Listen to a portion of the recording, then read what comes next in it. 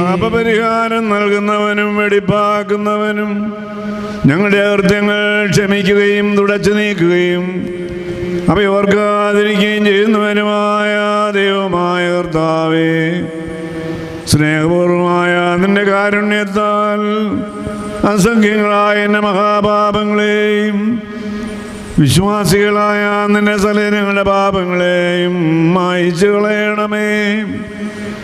ഉത്തമനേ, ദയതോ നീ ഞങ്ങളോട് കരുണ ചെയ്യണമേ.